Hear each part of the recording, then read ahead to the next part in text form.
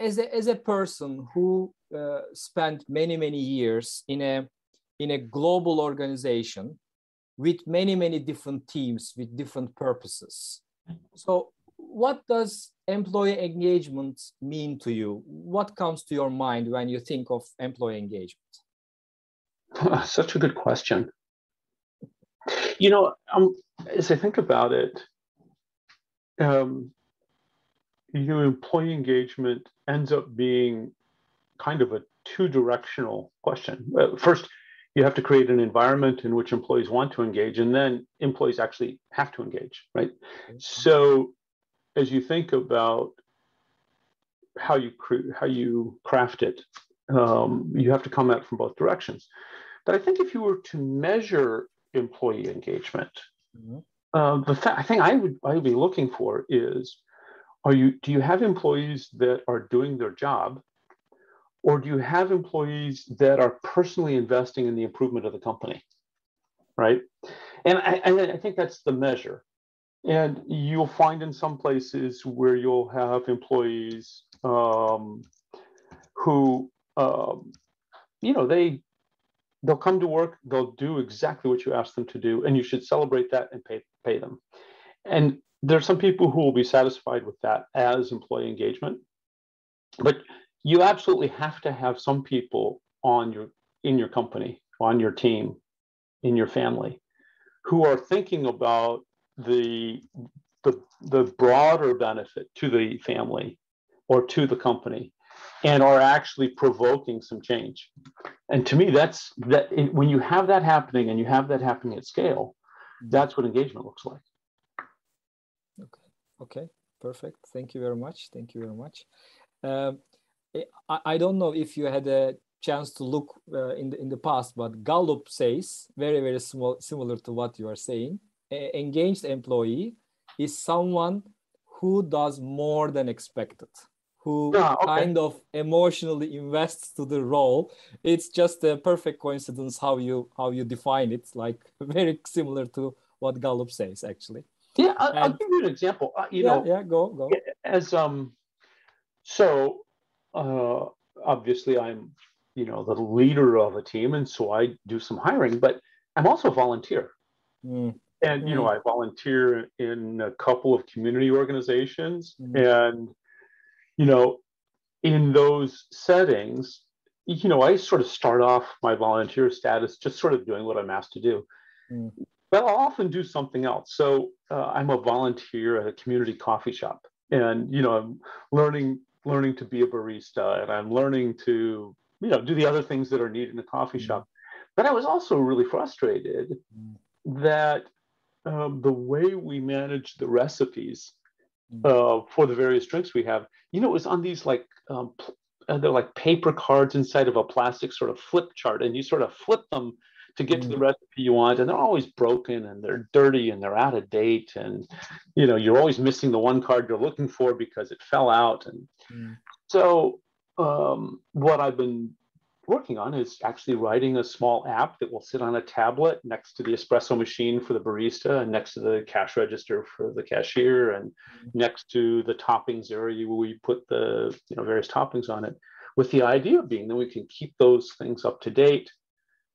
We can, when there are problems, we can fix them. And then actually each of the other volunteers who come, they could actually have the app on their phone. And so there's nobody in that organization that said, hey, gosh, we really need an app. But I was able to bring what I know about that, and what I know from the rest of my life, to bear on that organization. It's a volunteer organization. It does it need an app? No. Is it better with it? You bet. And I think that's a good example of employee engagement. Right? It wouldn't have to be at that level of contribution, but for sure that's a part of it. What you said also linked to another question of mine that I was thinking. So somebody thinks, Paul, the environment, the culture, the way things are being done in a company has more impact on the tendency of employees to be engaged, or another idea, another opinion tends to say that the employee engagement should be an inward emotional investment. So which one are you close to?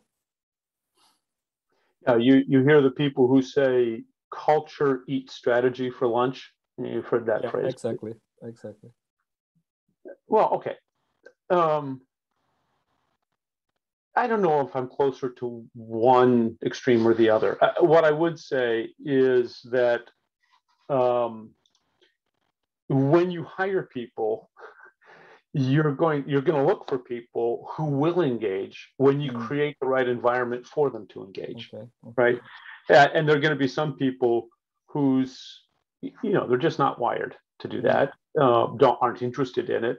In fact, you're going to find a place where there are some people who just won't want to work where you work, where you're offering work, because they have other priorities, and we should honor that.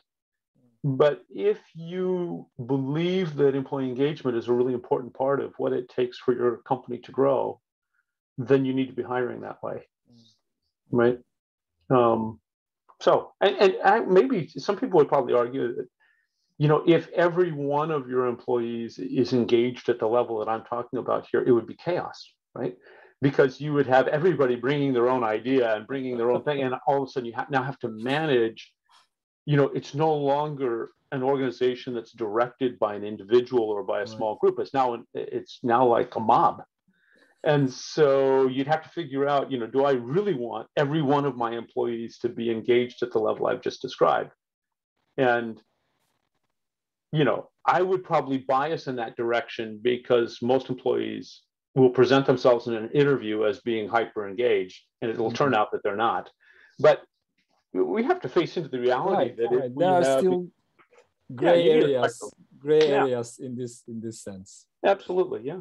Okay, Paul, you were a leader to many different kinds of teams, as far as I know, also from my career, that you sometimes lead very commercially oriented teams, and you sometimes lead teams that their outcome is time-based, like R&D style, or investing in the future ideas kind of teams as well.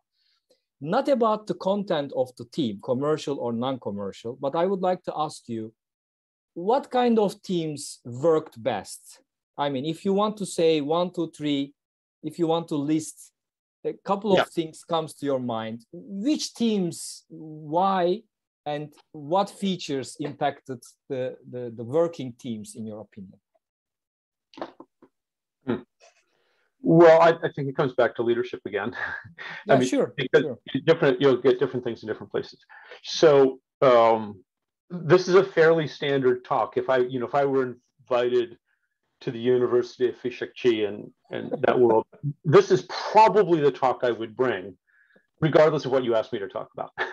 And it is essentially this, that as leaders, we essentially wake up every morning making 3 promises. There's a promise we make to our customers about how life is better when they buy the product or service we're offering. And hopefully you can align that really well with something that customer actually needs. And, that'll be very, very effective. And that's a good way to test whether you've got a good something in the market. And by the way, if you go off to an MBA program, the people talk about this customer promise as really the value proposition. Yeah. The problem is nobody knows what a value proposition is, but everybody understands a promise. That's the kind of thing that you learn in kindergarten, right? So if you're able to go to somebody and say, here's what I would like to give you. Is it something you want? Do you believe I can deliver it? If I can deliver it, and you can see how the power of the promise is somehow more compelling than the technical word around a value proposition. And the other thing I will tell you is that it's a whole lot easier for employees to wrap their heads around a promise. This is what we are trying to promise to our customers. And a good example of that was work I was doing around emergency room hardware and software. And the big problem for many patients in the emergency room is, why is their blood pressure low? And what can we do about it? Right? Now, if you ask people what do you want say in an ultrasound machine in an emergency department, they'll give you a whole list of image quality and features and that kind of stuff. But what they really want to do is figure out, why is this person's blood pressure low and what can I do about it? So we changed the promise we were making to them and say, this ultrasound machine will help you find the reversible cause of shock in about 90 seconds. Is that a promise you want? Well, yes, of course it is. Do you believe I can deliver it? No, absolutely not. Okay, now I've got to work on that. But at least we could talk about the promise, right? So that's the first promise we make, is, how is life better for our customers after they have purchased our product or service? And if we can imagine how their company is better, their service is better, and we can get our head behind it, that's great. So now, the second promise we make is the promise we make back to the investors, the owners of the company. And there, we're essentially saying, if you make this particular investment in me, in my team, in this group, in this project, then in some period of time in the near future, your company will be better as a result of that investment. And often that's stated in terms of a financial statement or a business case. But it could also be stated in changing your strategic position. If you invest in this, we'll go from a product-oriented company to a service-oriented company. Or if we invest in this, it'll give us entry into at-home healthcare as opposed to only in the hospital healthcare, and that'll be then the basis upon which we could build the rest of our business, right? And so sometimes you're expressing it in financial terms, sometimes you're expressing it in strategic terms, sometimes you're expressing it in mission terms, in the sense of, here's a group of poor people we can now reach with our nonprofit organization that we couldn't reach before if we only do this project. Or here's a group of donors we could reach for our nonprofit organization. So this second promise is really about how we are delivering benefit back to the organization, where the first promise is about how we deliver benefit to our customers, right? And so I think that's pretty fascinating, because if you go off to business school and you get your MBA, they'll talk about it as either the business plan or the business case, usually expressed in numbers. But it's so much more powerful if we can express it as a promise. Here's the promise I'm trying to make back to the company. And so I can say to the people on my team, we're trying to, if we are successful with this investment, we'll have an entry into this new market space that we didn't have before. This product, this one isn't going to be the killer app, but this is the one that's going to get us in. Or it might be, hey, if I make this investment, I'll be able to take 50% of the cost out of our existing products so that the margins will go up and you'll make more money on your investment, or whatever it is. But being able to state that promise back to the caregiver or back to the investors is really the second promise we have as leaders. Now, the third promise that we make as leaders is the promise we make to employees, right? And it's the kind of company they work for, the kind of compensation we offer them, the kind of the methods we use for decision making, how transparent we're going to be, how stable an employment space they're going to be in. And you'll find some employees that say, I want to be in a place where I can have a salary that I can count on.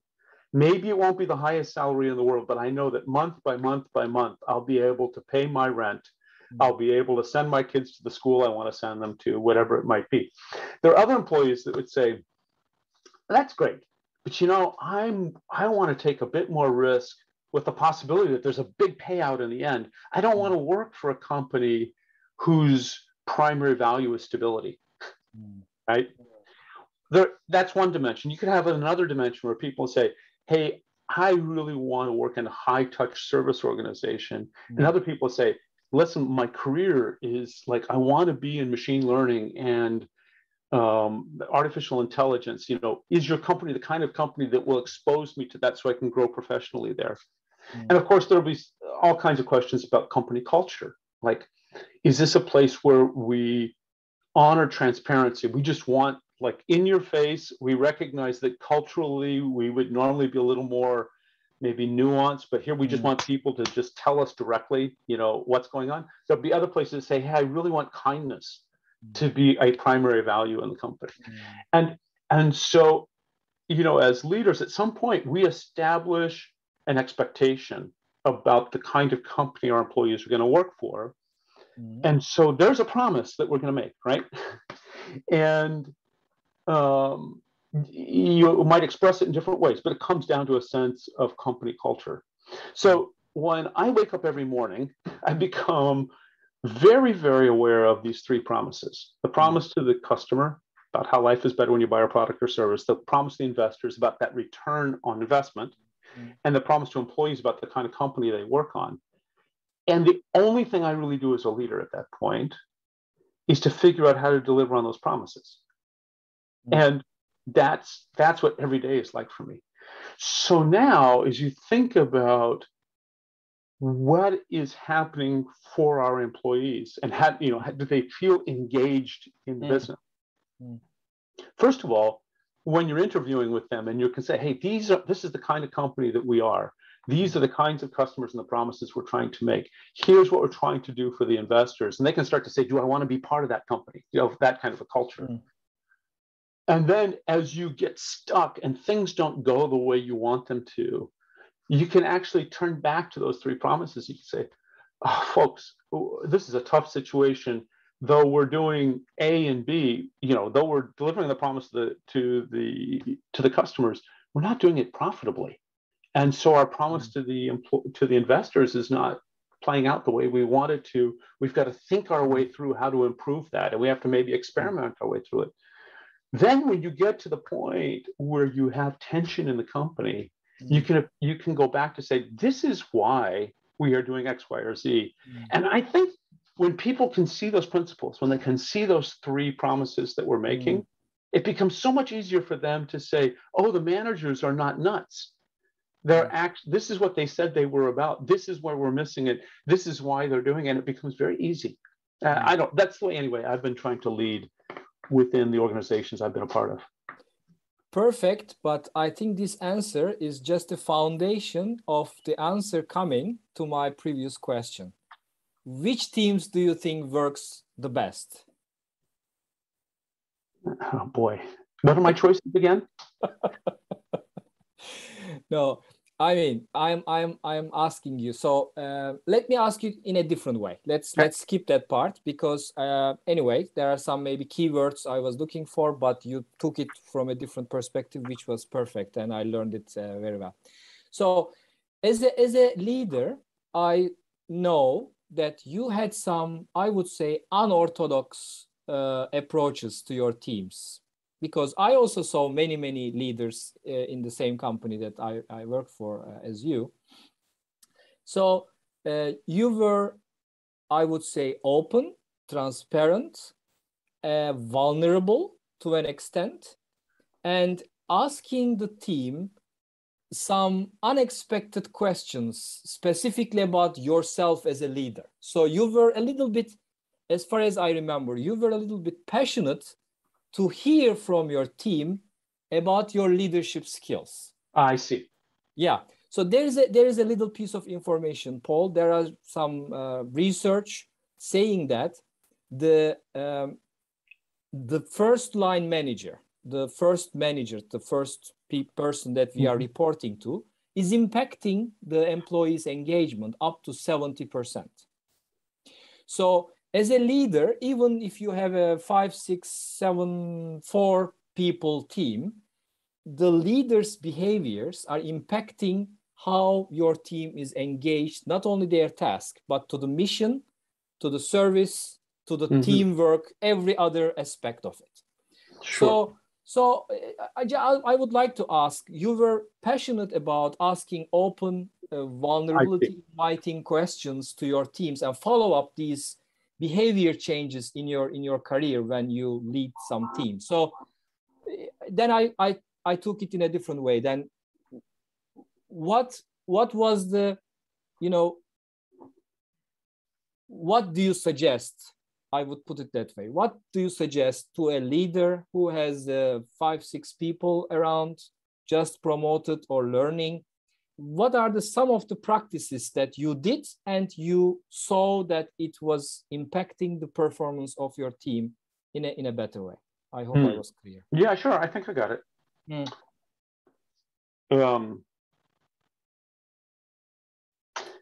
Yeah, there's a couple of different dimensions on this, right? You know, what we're asking, essentially what you've just described is a very transparent leadership style.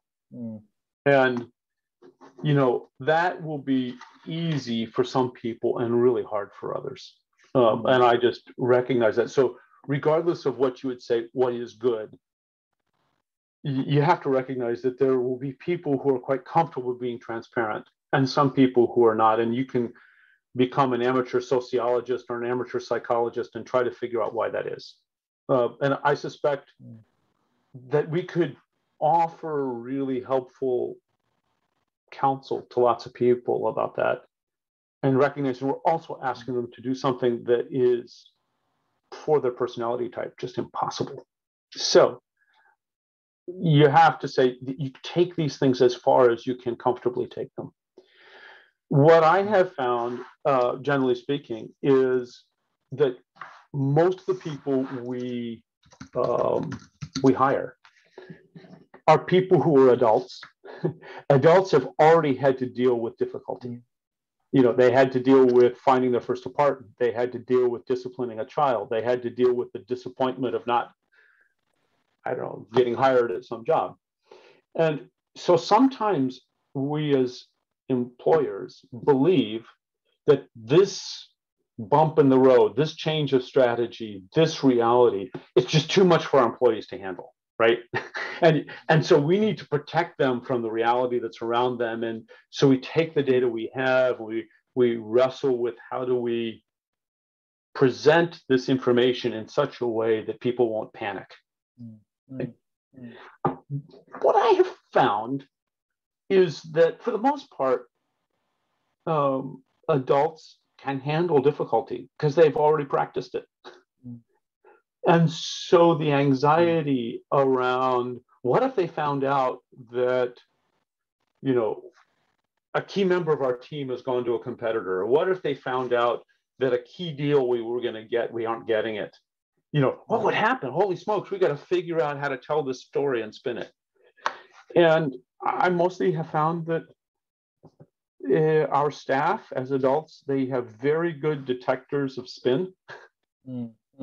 And they can actually deal with ambiguity much better than we think they can. And so the first thing is I have found that just being transparent is helpful. People expect it. And then when you do ask for their patience during a time when you're not being transparent, they'll trust you.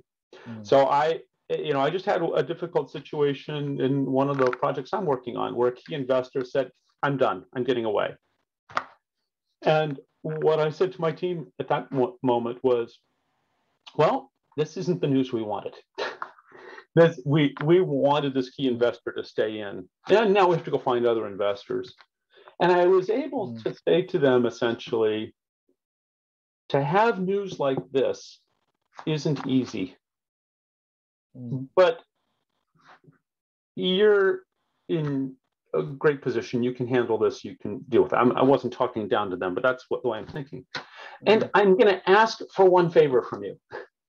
So to have this information is difficult. I'm still working on replacing the investor. I'm still working on the consequences.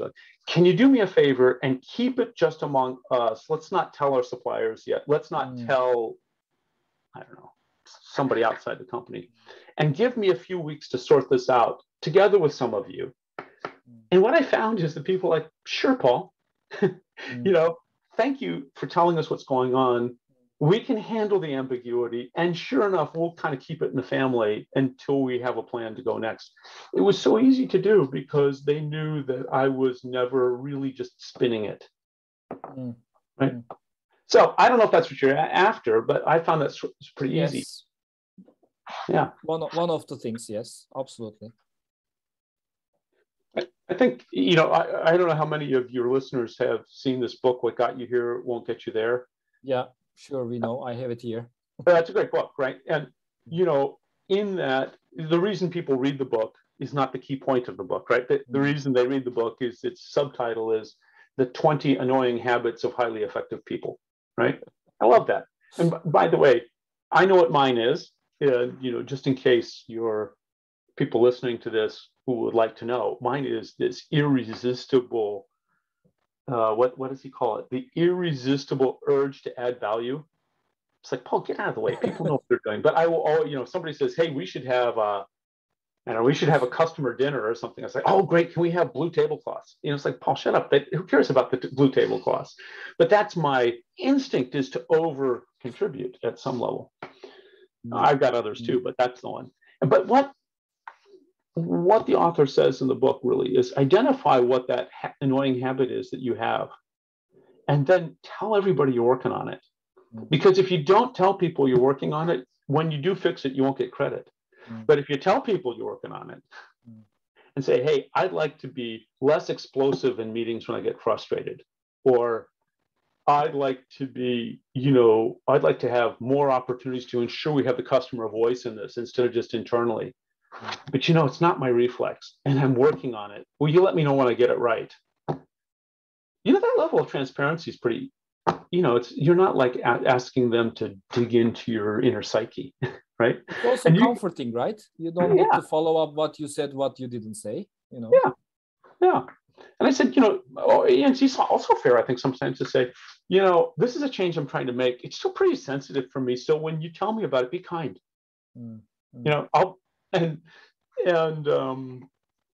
So that's what I've just described to you. Like, this is a sensitive area for me. Be kind. As I try to improve. That might be too much transparency for some people. Other people might say, hey, I'm aware that sometimes I get foul-mouthed, and that's really offensive to people on the team. I'm trying to improve on this. Please let me know when I get it wrong. Right? Then what happens, the magic about that is that people will say, wow, this is a guy who's actually trying to improve. I'll help. Right? That makes a big difference. It also links to the revelation of your development points as well with your team, right? Sure. So when you open it up, then you may have some bizarre feelings in the very beginning, but after that, just like you said, they are saying, hey, he's open, he's honest, he's transparent, and he wants to improve on certain points. Then actually we can help him, and it's vice versa, because you are helping them, improve as well. Yeah. I think a key thing here is, I've often talked about, I'm not an outstanding athlete. I would love to be an outstanding athlete, but you don't see me, playing World Cup soccer, and I just won't play there, right? I think this idea of transparency is something that really drives employee engagement in a really strong way. And I think it does come down to your believability as a leader. You've used the word transparency. I don't think it's far off from that. Your clarity about where you're going. But that as you may be stuck in somebody may be stuck in a leadership position, and this isn't their strength. They will not be the World Cup soccer player of leadership, and they might be there. Well, you can get better, that's for sure. But I think the way to look at it is, don't panic. What this essentially means is you're unlikely to be leading a team that will follow you just because of who you are, right? You're more likely to be leading a team that will follow you because you're clear and you're right, right? And, those who can live transparently have the advantage that it can supercharge the clarity of their thinking with the trustworthiness of their personality. And it becomes a supercharger. But in the end, you still have to be clear. You have to be a good technical leader. There's still a space for those who aren't totally comfortable with being transparent. It's just you don't get the supercharged engagement that you might like to have. Okay, one more dimension now I'm thinking. In the process of delegation Paul, there is one side that we call like micromanagement, like you want to call the guy 3 times a day. And the other side, that is autonomy, right? You say something, let him do the job, and then at a certain point you check, even you don't check, and then you discuss the outcome sometimes. I mean, in extreme point of view. So in terms of engagement relating to development of the employee, if you are on the right side on micromanagement, you actually don't care if he develops or not, if he learns or not, in a way, but you care more about how you will be seeming to get things done as a leader, as a manager. You are more on a selfish point of view on the right side, if I put it that way. So in this scale, again, this is not a black and white question, it's a gray question. Sure. Where do you think you felt better in your career? Where was your behavior close to? Yeah, let me just tell you, I am not smart enough to be a micromanager. so I am not at that end. You have to have unbelievable energy, unbelievable self-confidence, and absolute clarity to be a micromanager. I'm just not wired that way. So I tend to swing towards the other direction of, set a vision, hire good people, set them free.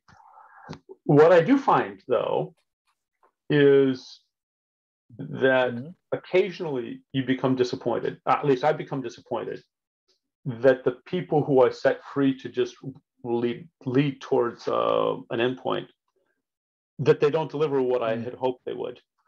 And at that point, I become a bit of a micromanager. And that's why I'll step in and say, for some people, I'll try to sort of seduce them into a better view. Wow, what do you think if we took this approach? But at some point, for some people, you have to say, please do it this way, right? Usually, somebody needs direction. Somebody may need another approach. Yeah. Right, and I'm usually less worried about the inputs than I am the outputs. But it happens. So here's another very interesting example. We have a product that is going into the next stage of a clinical trial. Really interesting work. And so we have a group of people who are dedicated to designing that trial and making sure it happens. I've become really concerned that the design of that trial is such that it would never recruit enough patients to be statistically meaningful. And that I think the trial design has to be changed in order to get the proper number of patients into that.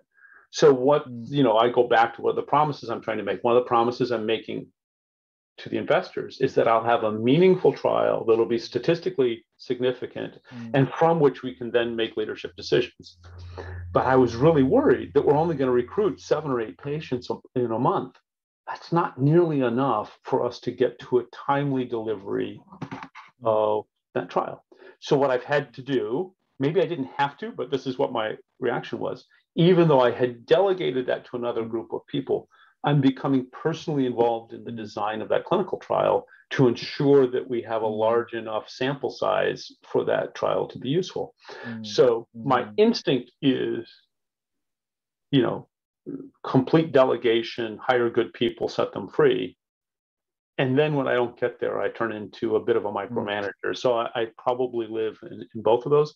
But I absolutely am uncomfortable in the space of being a micromanager because I'm just not that wise. Okay, I sense the sarcasm there, but okay. No, in this example, Paul, I know it's hard work. I mean, not so pleasant for the employee most of the time, but it's very, very, demanding from leaders' point of view, right? Yeah, I mean, that's exhausting. Yeah, it is not easy to keep up.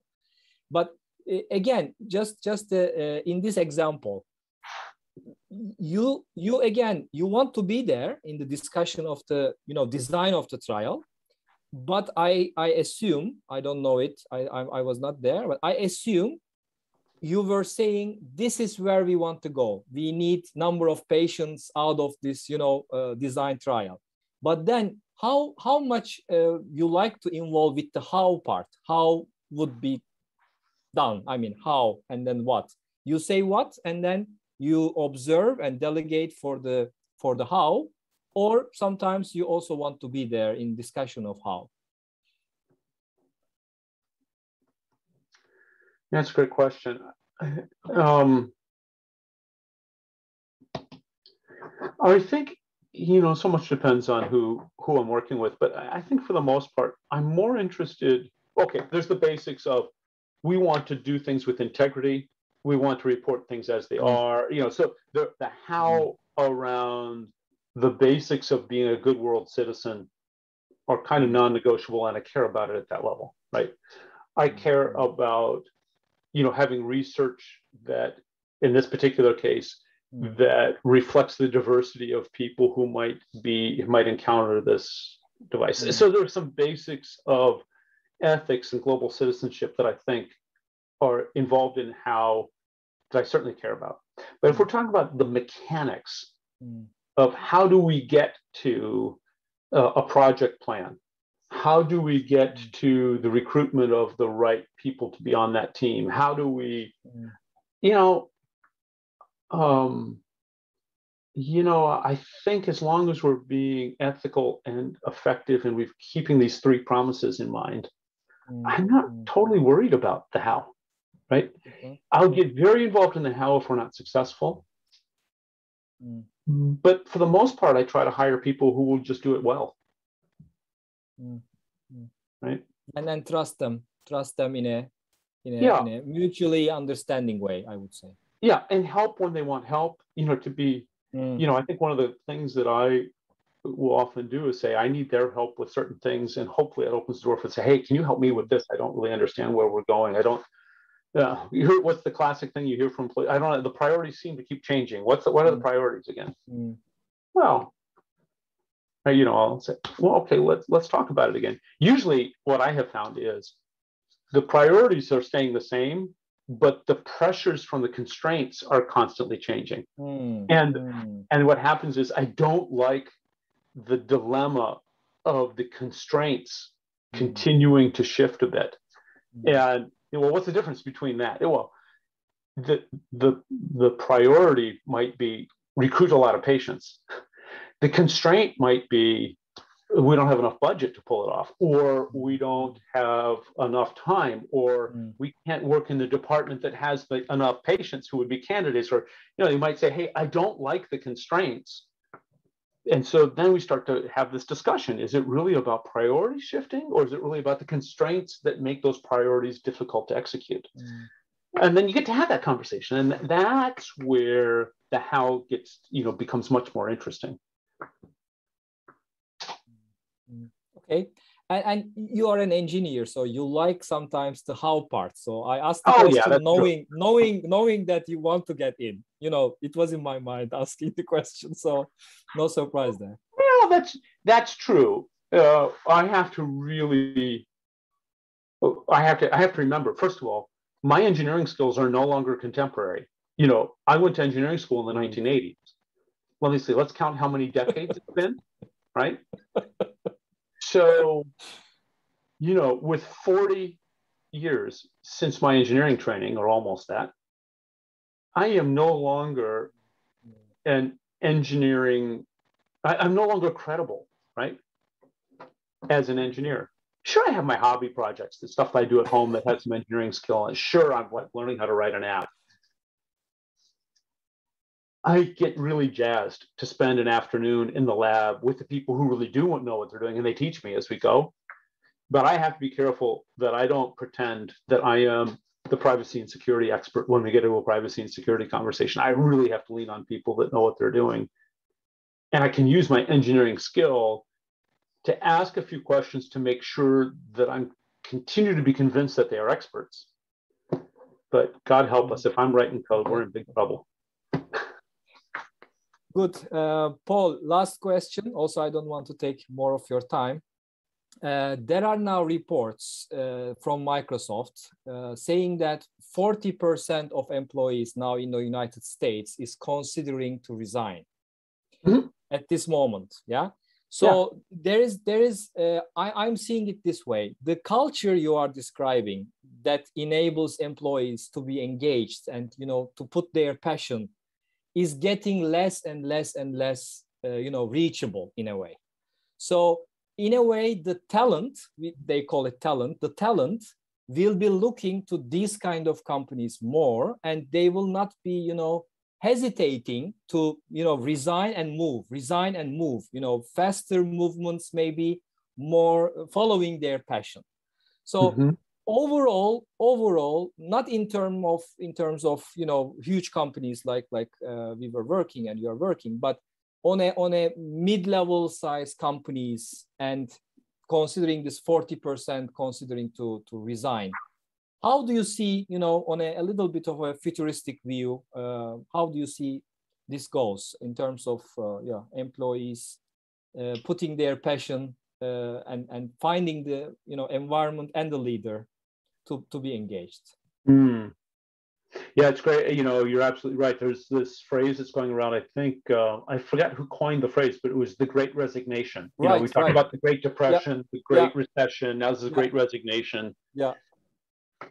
And I think some of that is certainly enabled by the complete transformation of our concept of what it, how important it is to be together as a team and how much remote work can happen. And when you start to realize that an awful lot of work can happen remotely, and people start to say, well, gosh, I don't want to live in this place. I want to live somewhere else.